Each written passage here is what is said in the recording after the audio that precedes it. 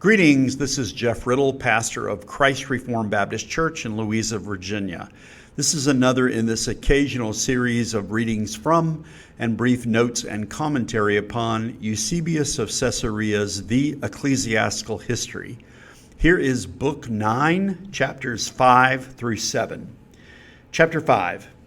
Having forged, to be sure, Memoirs of Pilate and our Savior, full of every kind of blasphemy against Christ, with the approval of their chief, they sent them round to every part of his dominions, with edicts that they should be exhibited openly for everyone to see in every place, both town and country, and that the primary teacher should give them to the children instead of lessons for study and committal to memory. While this was thus being carried out, another person, a commander, whom the Romans styled dukes, caused certain infamous women to be abducted from the marketplace at Damascus in Phoenicia, and by continually threatening them with the infliction of tortures, compelled them to state in writing that they were once actually Christians and privy to their unhallowed deeds, and that the Christians practiced in the very churches lewdness and everything else that he wished these women to say in defamation of our faith. He also made a memorandum of their words and communicated it to the emperor, and moreover, at his command, published this document also in every place and city. Chapter 6. But not long afterward, he, that is to say the commander, died by his own hand, and thus paid the penalty for his wickedness. But as for us, banishments and severe persecutions were again renewed, and the rulers in every province once more rose up cruelly against us, with the result that some of those eminent in the divine word were taken and received the sentence of death without mercy. Of these, 3 in Emesa, a city of Phoenicia, were consigned to wild beasts as food, having declared themselves Christians. Among them was a bishop, Silvanus, exceedingly advanced in age, who had exercised his ministry for 40 entire years.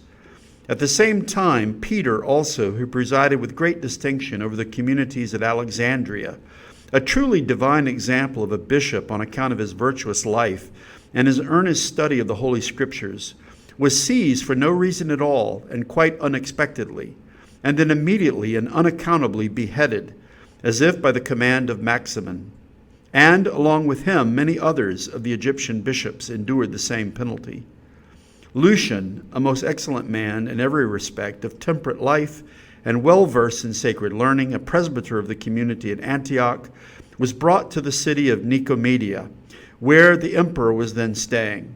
And having made his defense before the ruler on behalf of the doctrine which he professed, he was committed to prison and put to death. So mightily indeed did that hater of the good, Maximin, contrive against us in a short space, that this persecution which he had stirred up seemed to us much more severe than the former one. Chapter 7. In fact, in the midst of the cities, a thing that had never happened before, petitions presented against us by cities and rescripts containing imperial ordinances in reply were set up, engraved on brazen tablets, while the children in the schools had every day on their lips the names of Jesus and Pilate and the Memoirs forged to insult us. At this point, I think it necessary to insert this same document of Maximin that was set up on tablets so as to make manifest at once the boastful, overweening arrogance of this hater of God and the divine justice that followed close upon his heels with its sleepless hatred of the evil in wicked men. It was this which smote him, and not long afterwards he reversed his policy with regard to us and made a decree by laws in writing. Copy of a translation of the rescript of Maximin in answer to the petitions against us, taken from the tablet at Tyre. Now at length the feeble boldness of the human mind has shaken off and dispersed all blinding mists of error, the error which hitherto was attacking the senses of men, not so much wicked as wretched, and was wrapping them in the baneful darkness of ignorance. And it has been enabled to recognize that it is governed and established by the benevolent providence of the immortal gods. It passes belief to say how grateful, how exceeding pleasant and agreeable it is proved to us that you have given a very great proof of your godly disposition, since even before this none could be ignorant with what regard and piety you were displaying toward the immortal gods, in whom is manifested a faith, not of bare and empty words, but constant and admirable in its noble deeds. Wherefore your city might worthily be called a temple and dwelling place of the immortal gods. Certainly by many signs it appears that it flourishes, because there the immortal gods sojourn. Behold, therefore, your city put away all thought for its own private advantage, and neglected former requests for its own affairs, when once again it perceived that the followers of that accursed folly were beginning to spread, as a neglected and smoldering pyre, which, when its fires are rekindled into flames, forms once more a mighty conflagration. Then, immediately, and without any delay, it had recourse to our piety, as to a metropolis of all religious feeling, requesting some healing and help. It is evident that the gods have placed in your heart this saving thought on account of your faith and godly fear. Accordingly, it was he, the most excellent and mighty, even Zeus, he who presides over your far-famed city, he who protects your ancestral gods and women and children and hearth and home from all destruction, who inspired your hearts with this saving purpose. It was he who plainly showed how excellent and splendid and saving a thing it is to draw nigh to the worship and sacred rites of the immortal gods with due reverence. For who can be found so senseless or bereft of all intelligence as not to perceive that it is by the benevolent care of the gods that the earth does not refuse the seeds committed to it, and thus disappoint the husbandmen of their hope with vain expectation? Or again, that the specter of unholy war does not plant itself without opposition upon earth, so that squalid bodies are dragged off to death, while the wholesome air of heaven is polluted? Or indeed, that the sea does not toss and swell under the blasts of immoderate winds? Or that hurricanes do not burst without warning and stir up a death-dealing tempest? Or still further, that the earth, the nurse and mother of all, does not sink from its deepest hollows with fearful tremor, and the mountains that lie upon it crash into the resulting chasms? For all these evils, and evils even more terrible, have happened many a time before this, as everyone knows. And all these things happen at once because of the baneful error and vain folly of those unhallowed men, when that error that took possession of their souls, and one might almost say oppressed the whole world everywhere with its deeds of shame. After other remarks, he adds, let them behold in the broad plains the crops already ripe, with waving ears of corn, the meadows, thanks to opportune rains, brilliant with plants and flowers, and the weather that has been granted us temperate and very mild.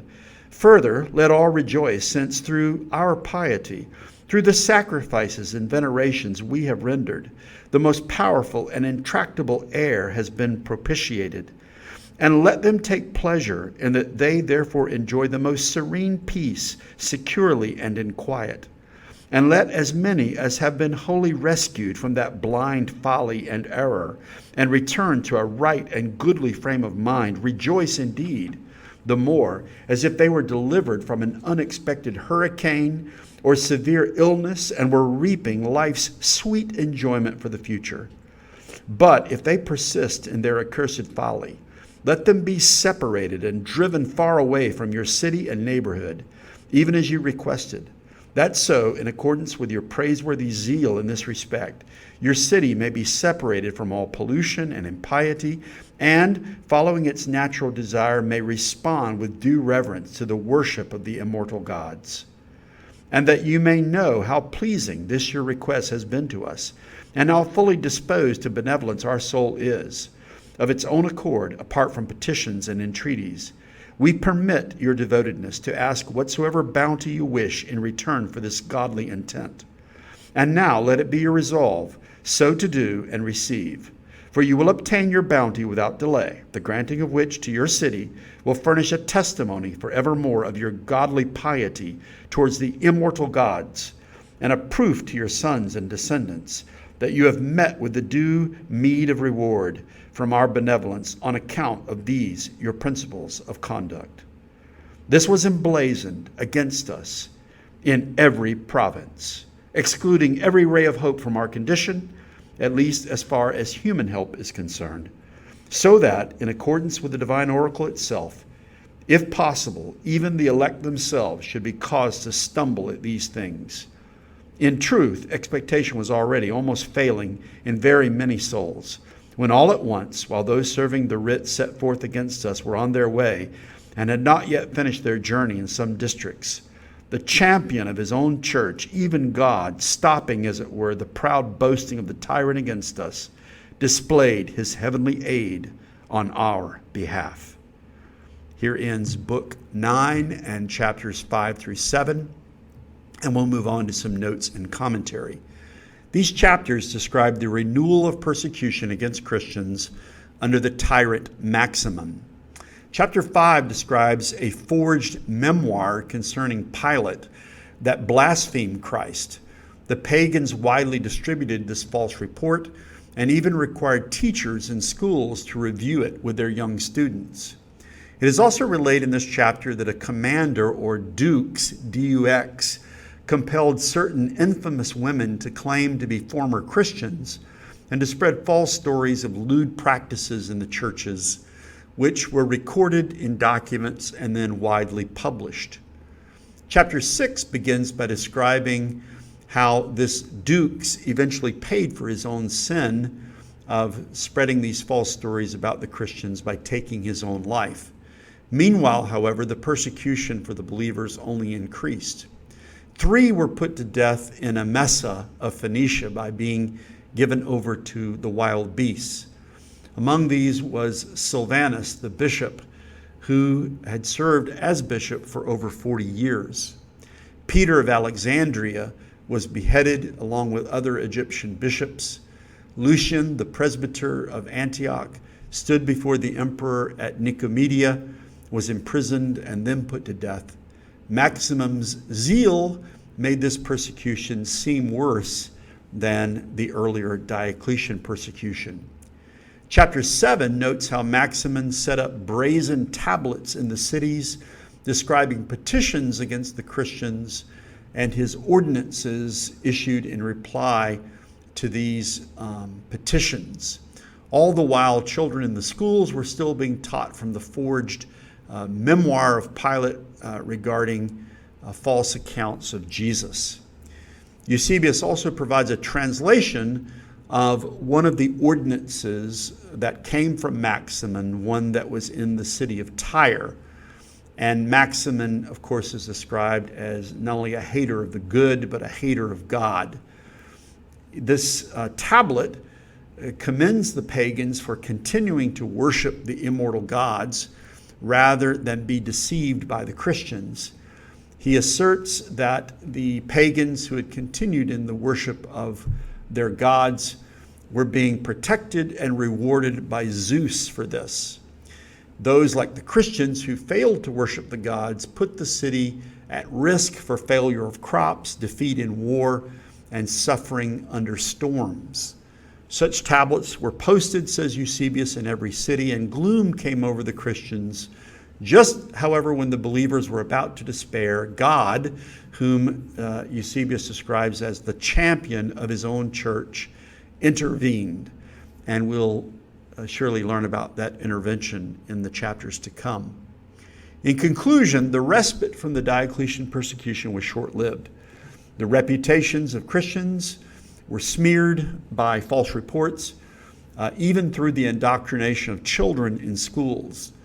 Pagans were apparently blaming Christians for things like crop failures, wars, and storms, and they were saying that these things were coming upon them because they did not properly worship the gods. Though disheartening, Eusebius still has a hopeful note as he writes this in order to encourage believers to endure, reminding them that relief would be just around the corner and that God, again, the champion of his own church, would intervene and help believers as they endured this type of persecution. Well, this brings this episode to a conclusion. I hope this has been helpful and edifying to those who are listening, and I'll look forward to speaking to you in the next episode in this series. Till then, take care and God bless.